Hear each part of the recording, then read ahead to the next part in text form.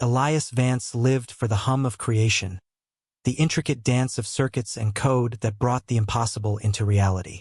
His magnum opus was Ethereum, a revolutionary energy synthesis that promised to power the world cleanly and efficiently, a project he'd poured 10 years of his life, his soul, and every last dollar into. By his side, or so he thought, was Marcus Thorne, his business partner, the smooth-talking financial mind who navigated the world of venture capital and boardrooms while Elias toiled in the lab. They were an unlikely pair, Elias, the rumpled visionary, and Marcus, the polished shark, but their synergy had built Ethereum Corp from a garage startup into a burgeoning titan on the cusp of global success. Elias trusted Marcus implicitly, shared every breakthrough, every vulnerability, even the combination to the secure vault where the core Ethereum schematics were kept. That trust was a foundation built on sand. The day the initial public offering was announced, the culmination of their shared dream, Elias received a certified letter, not an invitation to ring the bell, but a legal notice. Marcus, leveraging a carefully concealed clause in their partnership agreement, a clause Elias had signed without truly scrutinizing, trusting Marcus's reassurances, had orchestrated a hostile takeover, diluting Elias's shares to a pittance, seizing control of Ethereum Corp, and, more importantly, claiming full ownership of the Ethereum technology itself. Elias was locked out, his access revoked, his name scrubbed from press releases, relegated to a footnote, a disgruntled former employee. The betrayal was absolute, a knife twisted deep into his back by the man he had called brother. The world he knew crumbled. Investors he'd worked with for years turned away, their eyes cold, seeing only the troubled inventor who'd been fairly bought out. His life savings, tied up in the now worthless shares, vanished. He lost his house, the lab he'd built with his own hands, his reputation.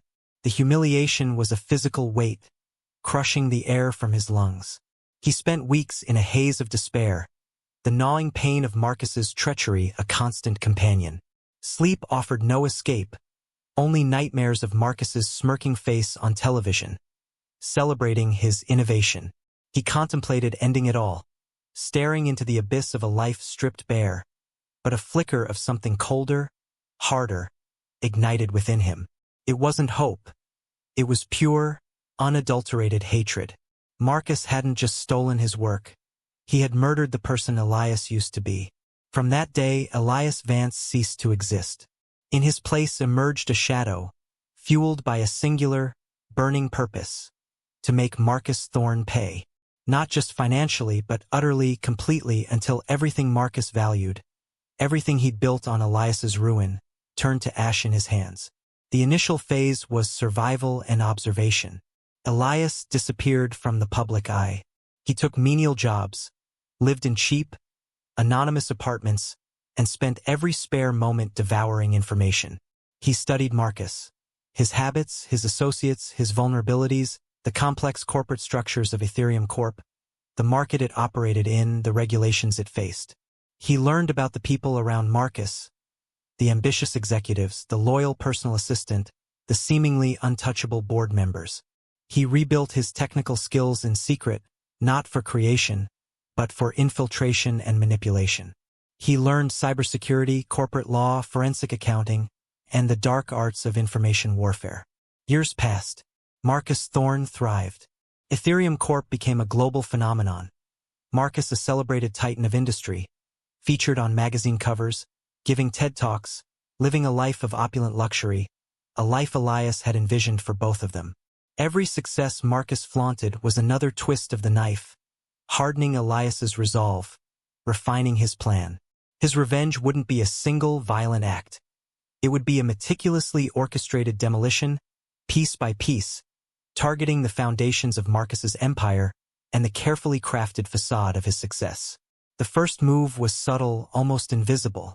Elias, operating under a series of false identities, planted seemingly innocuous bits of data deep within public financial records and corporate filings related to Ethereum Corp's early days.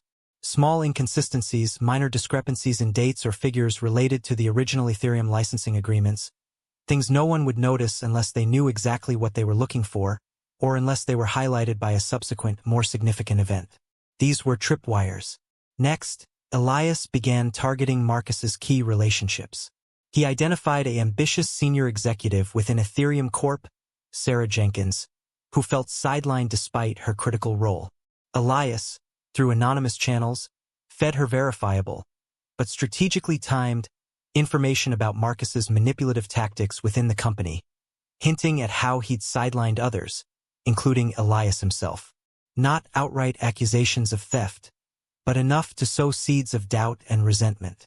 He did the same with a few key investors who had been with Ethereum from the early rounds, raising questions about the opaque structure of the initial takeover.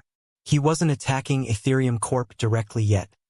He was introducing subtle poison into the well of trust surrounding Marcus himself. The next phase was financial. Elias, using his rebuilt skills and accumulated knowledge, began making small, calculated moves in the market. Not enough to crash Ethereum Corp, but enough to cause ripples. He exploited minor regulatory changes Marcus had overlooked, shorted specific supplier stocks based on leaked, by Elias, internal reports of production issues, and used complex derivatives to subtly manipulate Ethereum's perceived risk profile. These moves were deniable and traced back to shell corporations Elias had painstakingly built in multiple offshore locations, a ghost in the machine causing small, irritating glitches in Marcus's perfect system. Marcus noticed the pressure, the growing friction, but he attributed it to typical market volatility or ambitious rivals. He tightened his security, hired investigators, but they found nothing concrete, only ghosts and dead ends. This growing paranoia was part of Elias's plan. He wanted Marcus distracted, looking in the wrong places, feeling the walls subtly closing in. The plan escalated. Elias identified a massive, complex deal Marcus was working on, a merger that would solidify Ethereum Corp's dominance and add billions to Marcus's personal fortune. This was the target for the first major strike. Elias didn't try to stop the merger directly. Instead, he used his network of compromised systems and anonymous sources to leak information to a respected financial journalist known for her integrity and persistence. The information wasn't about the merger itself, but about the environmental impact of Ethereum's manufacturing process, slightly exaggerated and presented in a way that raised serious questions about compliance with newly enacted regulations Marcus had lobbied against and publicly dismissed. The resulting article wasn't a death blow, but it caused a significant dip in Ethereum's stock, put the merger temporarily on hold pending investigations, and generated negative press that Marcus, so obsessed with his public image, loathed. Marcus was furious.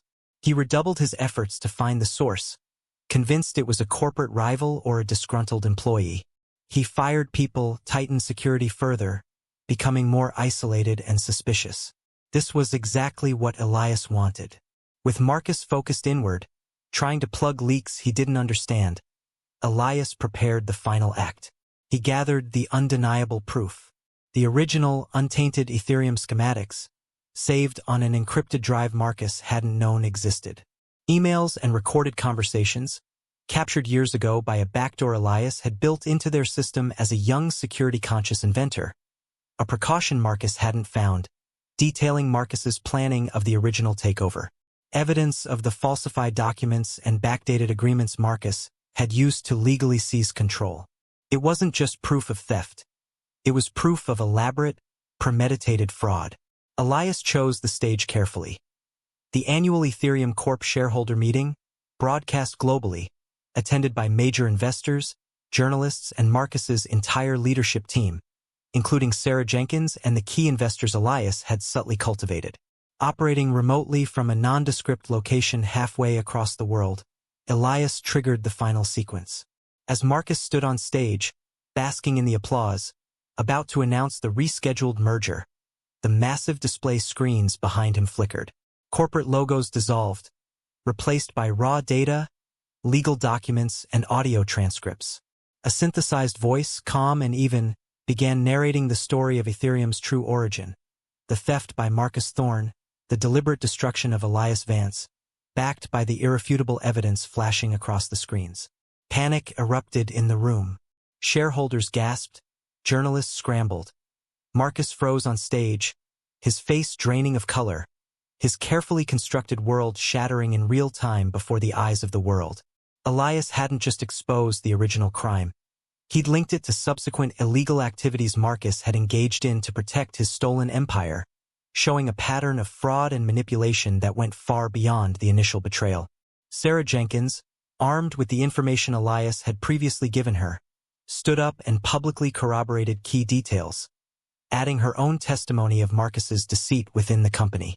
The key investors, seeing the undeniable evidence and having already been subtly primed, announced they were initiating legal proceedings. The trap sprung perfectly. Regulatory bodies, alerted by anonymous tips from Elias, in the hours before the meeting, moved in immediately. Marcus was taken into custody live on camera, the image of the once powerful titan being led away in handcuffs broadcast globally. Ethereum Corp stock plummeted to zero within minutes. The merger collapsed. Investigations were launched into every aspect of Marcus's career and Ethereum Corp's finances. The empire Marcus had built on lies and theft crumbled in a single devastating day. Elias watched it happen from his remote location, a cold, hollow satisfaction filling him.